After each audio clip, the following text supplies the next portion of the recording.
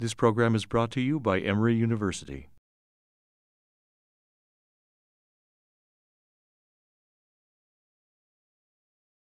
When somebody comes to the Emory Clinic, what we typically do is examine the patient and make sure that there's none other cause for the person's memory troubles, and usually followed by MRI and also neuropsychological testing. Most of these testings will tell you whether someone has any cognitive impairment or not, but you won't answer the question of whether it's due to Alzheimer's disease. Specifically to address the question of whether the person has Alzheimer's disease changes in the brain, we typically will perform a spinal fluid test to measure Alzheimer's proteins or perform the new Emory scan. As you can imagine, while the spinal fluid test is fairly accurate and easy to get, sometimes folks cringe at the thought of having a lumbar puncture for spinal fluid collection.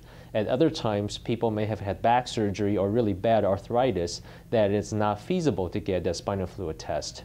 At the same time, for an amyloid imaging, the procedure itself is fairly expensive right now, and it will be ideal from a screening perspective in the primary care physician's clinic to have an easy-to-administer blood test that has fairly accurate results.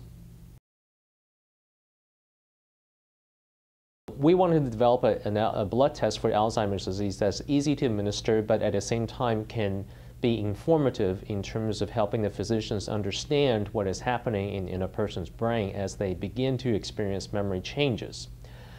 In the past, a number of such panels have been proposed, but the changes proposed by these panels have not been replicated successfully in subsequent studies. Specifically for this study, we want to make sure that we find results, i.e. blood biomarkers for Alzheimer's disease that are reproducible across studies.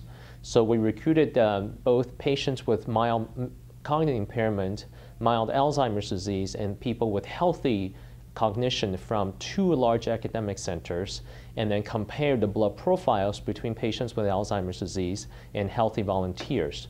We then validated the findings in a large multi-center study, the Alzheimer's Disease Neuroimaging Initiative, which included patients and healthy seniors recruited from 57 independent centers. Through this mechanism, we identified 4 changes in the blood that are associated with the Alzheimer's diagnosis. We also found that these 4 biomarkers actually relate with previously known spinal fluid and blood biomarkers in Alzheimer's disease, including the Alzheimer's proteins and the one risk gene for Alzheimer's disease, the apolipoprotein E gene.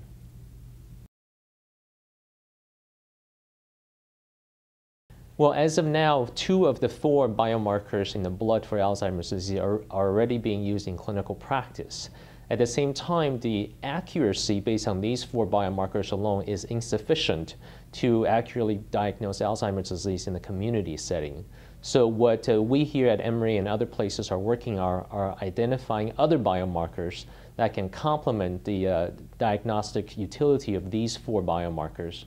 At the same time, identifying these biomarkers will also help us understand what is happening in Alzheimer's disease long before the first clinical symptom is apparent. This will help us identify new pathways to target in clinical trials.